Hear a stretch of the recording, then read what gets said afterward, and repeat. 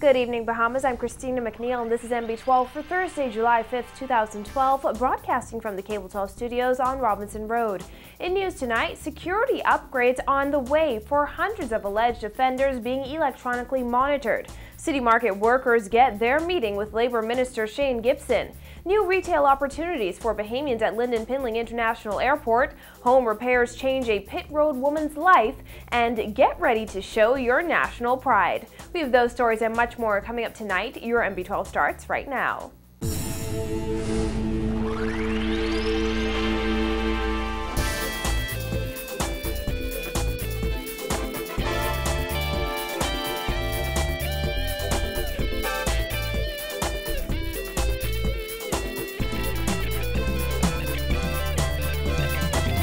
Joining us. As reports of ankle bracelet abuses mount, officials at electronic monitoring firm ICS Security Systems have revealed that security upgrades are in store for the hundreds of accused offenders being electronically monitored.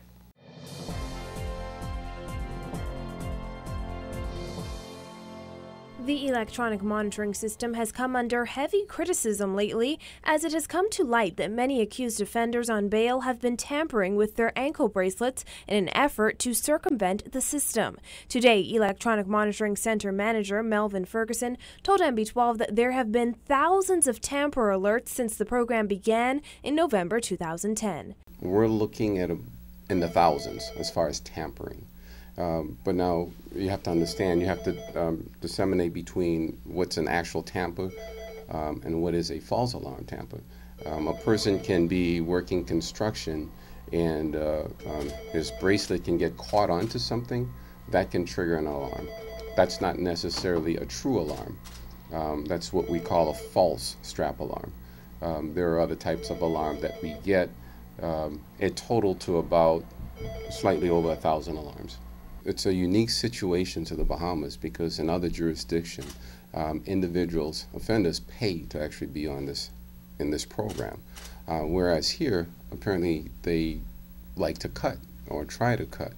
We've noticed a high number of tampers as far as trying to cut. Just last night, 36-year-old Sean Lightbourne, who was out on bail for armed robbery, removed his electronic monitoring device and left it on the front desk of the Central Police Station. Ferguson says ICS was actually preparing to do a maintenance service call on Lightbourne's device when he was asked to report to Central Police Station. Ferguson notes that the strap alarm was triggered as the device was being tampered with. But with 5 straps cut during the life of the program and 4 this past year, Ferguson says officials have decided to upgrade the devices from flexible straps to tough cuffs. This is the straps that we have now. It's called a flex strap, and this is what we started the program with. But because of the amount of cuts that we've been having, we've gone to what's called a tough cuff, which is something that you really can't cut into. Big difference in the two. Our goal is to reduce the level of cuts to zero, and to also prevent people from, or even coming up with the idea of trying to cut out of the bracelet. Ferguson says the new cuffs are virtually impossible to cut through, and strap alarms are triggered as soon as pressure is applied to the cuff. So far, all accused offenders being monitored on Abaco, Exuma, and Eleuthera have been converted to tough cuffs, half of the accused offenders on Grand Bahama, and just over 40% of those on New Providence. Ferguson says the aim is to have all 263 of the accused offenders being monitored in the Bahamas converted to tough cuffs by late September. Despite the high number of tamper alarms triggered over the life of the program, Ferguson says he does not see it as a failure. He sent this message out to those fitted with electronic monitoring devices. I think when you deal with some of the individuals that we deal with, they don't want restrictions. A lot of them want to not know where their movements are. So they will come up with all sorts of ideas, and like Mr. Farrington said to me, Bahamian people are very creative, and they will come up with ways to get out of it.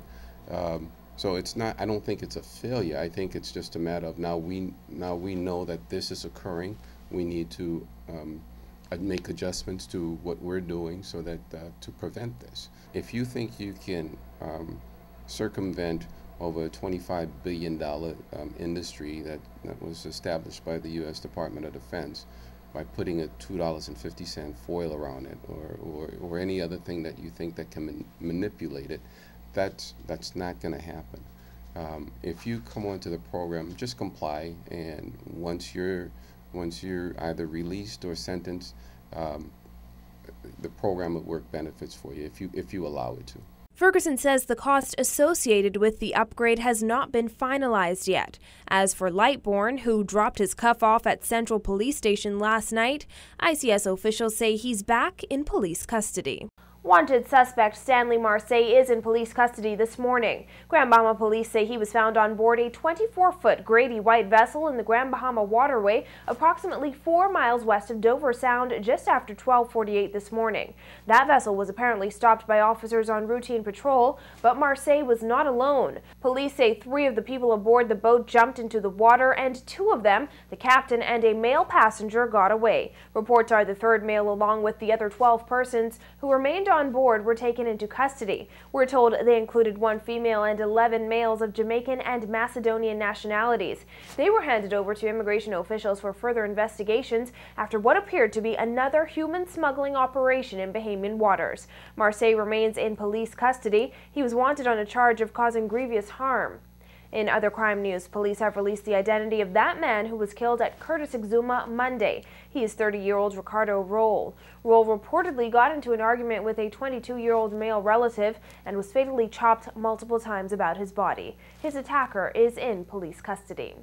A 25-year-old man of Winton Meadows is also in police custody after police made a major drug bust at Lynn and Pinling International Airport Wednesday afternoon. According to police, the 25-year-old was found in possession of 15 kilos of suspected cocaine with an estimated street value of $240,000. Reports are that airport police officers were acting on a tip from United States Customs and Border Protection personnel when they conducted a search of a commercial aircraft and made the discovery. The 40 pounds of suspected cocaine were said to have been discovered in a suitcase. Well, 3 weeks ago, the City Market food store chain was sold to Super Value, but dozens of City Market employees have yet to be paid outstanding redundancy and pension plan payments. But officials say they plan to introduce legislation to ensure workers don't get the short end of the stick. Jasmine Bonamy has more in this next report.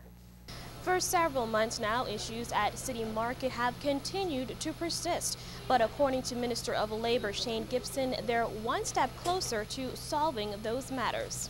City Market workers are owed at least $3 million, and that's just in severance pay. Minister Gibson met with members of the Bahamas Commercial Stores Warehouse Workers Union and officials from the National Congress of Trade Unions this morning. Both unions represent workers at City Market. Last month, scores of frustrated former employees went to the Clarence A. Bain building to voice their ongoing concerns, chief among them money. Today, Minister Gibson says this particular matter, among others over the years, prompted officials to look into passing legislation to further protect workers. And of course, coming out of those discussions, we also talked about the possibility of putting some additional legislation in place which will help to protect employees from these types of situations.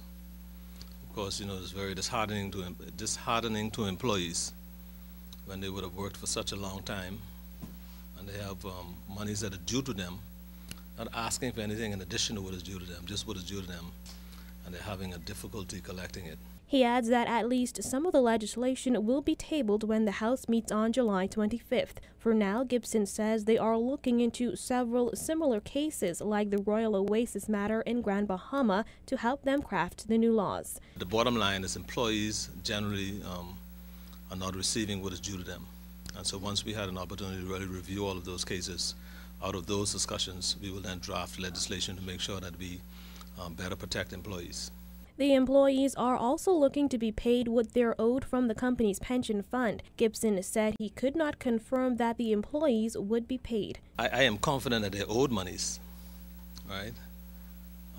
Whether or not they'll be paid, it's difficult for me to say, because at the end of the day, that responsibility is that of the employer or their former employer.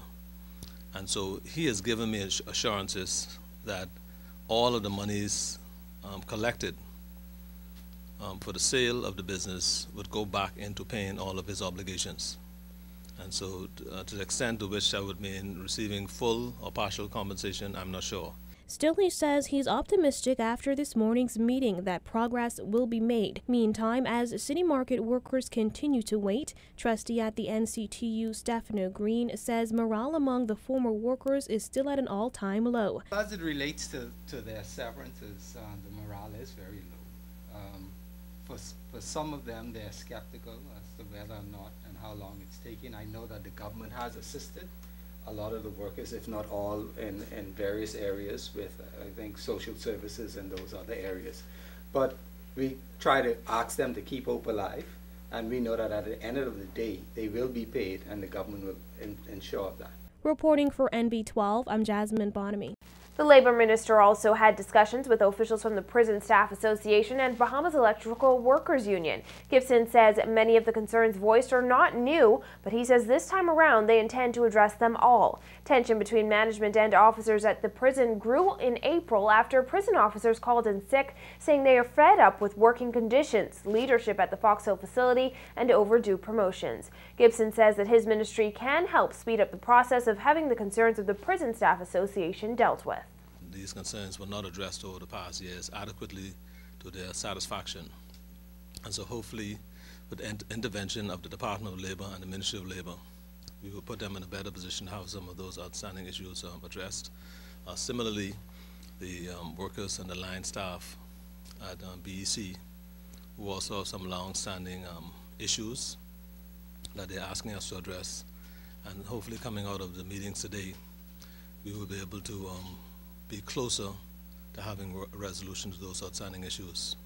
Today's meetings come a week after Gibson met with the nation's two major umbrella unions.